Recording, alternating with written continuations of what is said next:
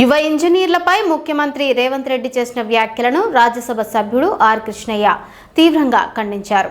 Hyderabad Basheerbagh press క్లబ్లో BC విద్యార్థి JAC ఆధ్వర్యంలో జరిగిన సమావేశంలో పాల్గొన్న ఆయన ప్రపంచ స్థాయిలో సత్తా చాటుతున్న యువ ఇంజనీర్లను కించపరిచేలా వ్యాఖ్యలు చేయడం సరికాదని అన్నారు.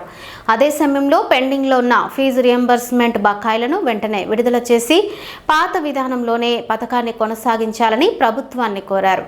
ఆగస్టు 15లోగా బకాయిలు విడుదల చేయకపోతే తదుపరి ఉద్యమ కార్యాచరణను ప్రకటిస్తామని హెచ్చరిస్తూ అప్పటి వరకు విద్యార్థులు శాంతియుతంగా తమ నిరసనలను కొనసాగించాలని ఆర్ కృష్ణయ్య పిలుపునిచ్చారు.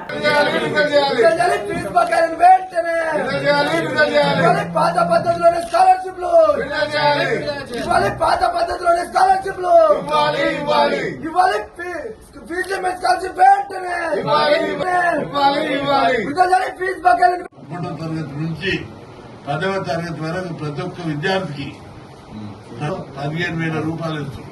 ఆ స్కీమ్ మన దగ్గర ఉందా లేదు. ఇక్కడ పెట్టాలని 20,000 స్కాలర్షిప్ ఇవ్వాలని కొట్లాడాలన్నా అక్కడ ఇక్కడ మొత్తం స్కాలర్షిప్ ఫీజుల రియంబర్స్మెంట్ టోటల్ ఇవ్వమని కొట్లాడుతున్నా. ఉన్న స్కీమే కొట్లాడమని అడుగుతున్నా. సమస్యను మేము మాట్లాడుతుంటే అన్ని పార్టీలను రామచంద్ర కూడా కొట్లాడుతున్నాం. అందరూ అన్ని పార్టీలు కొట్లాడుతున్నారు. మిత్రపక్షనైనా సిబిఐ కొట్లాడుతున్నారు. సీల్ లేకపోతే కాని కాలేజీలు ఈ సంవత్సరం ఇంజనీరింగ్ లో ఫీజులు కట్టే వరకు విద్యార్థులు ఇంజనీరింగ్ లో డ్రాప్ అవుట్ అయ్యారు. గత సంవత్సరం కంటే ఈ సంవత్సరం నాగలు పట్టిన చేతులు ఈరోజు కంప్యూటర్లు పట్టి ఏఐ చేస్తున్నారు. ఈ విధంగా ప్రపంచం లోపలనే పెను మార్పులకు శ్రీకారం చుడుతున్నటువంటి ఇంజనీరింగ్ విద్యార్థులు ఇన్నోవేటివ్ ఐడియాస్, క్రియేటివ్ ఐడియాస్ తోటి ప్రపంచ స్థితిగతులనే మారుస్తున్న ఇంజనీరింగ్ విద్యార్థులను క్రిమినల్ అనడాన్ని మేము తీవ్రంగా ఖండిస్తున్నాం. కొనసాగించడానికి ముఖ్యమంత్రి రేవంత్ రెడ్డి ఎందుకింత ఆందోళన చెందుతున్నాడు, ఎందుకింత ఎంత ముందవుతున్నాడో నాకు అర్థం కావడం లేదు. ఇంత ఆందోళన చెందవలసింది కాదు. ముఖ్యమంత్రి అనుకుంటే ఒక 10 రోజుల్లో ఈ స్కీమ్ బకాయిలు ఇవ్వచ్చు, ఈ స్కీమ్ ను యథావిధిగా కొనసాగించవచ్చు. ఇది ఒక పెద్ద సమస్యనే కాదు. దీన్ని అనవసరంగా పెద్ద సమస్యగా చూస్తున్నాడు. ఎందుకంటే 3 ఏళ్లు అయింది. 3 ఏళ్లల్లా అనేక ధర్నాలు జరిగాయి, అనేక ఉద్యమాలు జరిగాయి, కాలేజ్ బైకాట్లు అయినాయి, కాలేజ్ బంధులైనాయి, విద్యార్థులు బంద్ చేశారు, కాలేజ్ యాజమాన్యాలు బంద్ చేశారు. ఎవరు బంద్ చేస్తే వాళ్లకు ఎదురుదారి చేసి బ్లాక్ మెయిల్ చేయడానికి చూస్తున్నాడు. కాలేజీలు బంద్ చేస్తే కాలేజ్ యాజమాన్యాలను కేసులు పెడతా అవి పెడతా అని బ్లాక్ మెయిల్ చేసి నోరు మోయించాడు. అంటే విద్యార్థులు బంద్ చేస్తే దాన్ని కూడా బెదిరిస్తున్నాడు. పోలీసులతోటి అరాచకం సృష్టించడానికి ట్రై చేస్తున్నాడు. అందుకే ముఖ్యమంత్రి గారు దీన్ని పాజిటివ్ గా మీరు ఆలోచించండి. ఇది పెద్ద సమస్య కాదు. విద్యార్థులు నిరుద్యోగులే మీకు అధికారం అప్పచెప్పిండ్రు, మీరు ముఖ్యమంత్రి అయ్యారు. ఇది ప్రజాస్వామ్యం. ప్రజాస్వామ్యం లోపల బ్లాక్ మెయిల్లకు, ఒత్తిళ్లకు, అరాచకానికి తావలేదు. ముఖ్యమంత్రి ఇచ్చిన మిమ్మల్ని ఎవరు తొలగించారు. 5 ఏళ్లు మీరే ముఖ్యమంత్రి ఉంటారు. మంచిగా పరిపాలిస్తే ఇంకో 5 ఏళ్లు ఉంటారు.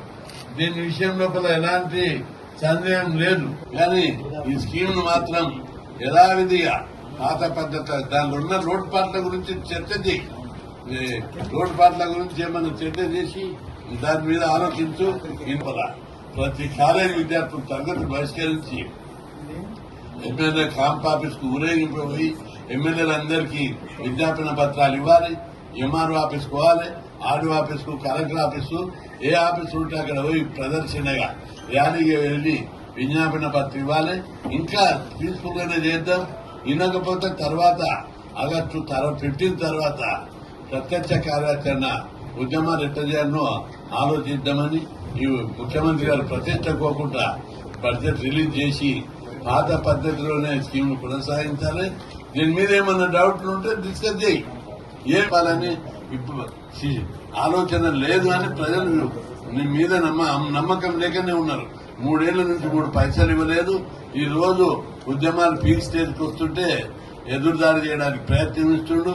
అది కాకుండా స్కీమ్ ను ఏదో రాంగ్ పద్ధతిలో నడిపి తర్వాత కన్ఫ్యూజ్ చేసి ఎత్తేయాలనేటువంటి కుట్ర దీన్ని వెనుకున్నదని మేమందరం నమ్ముతున్నాం.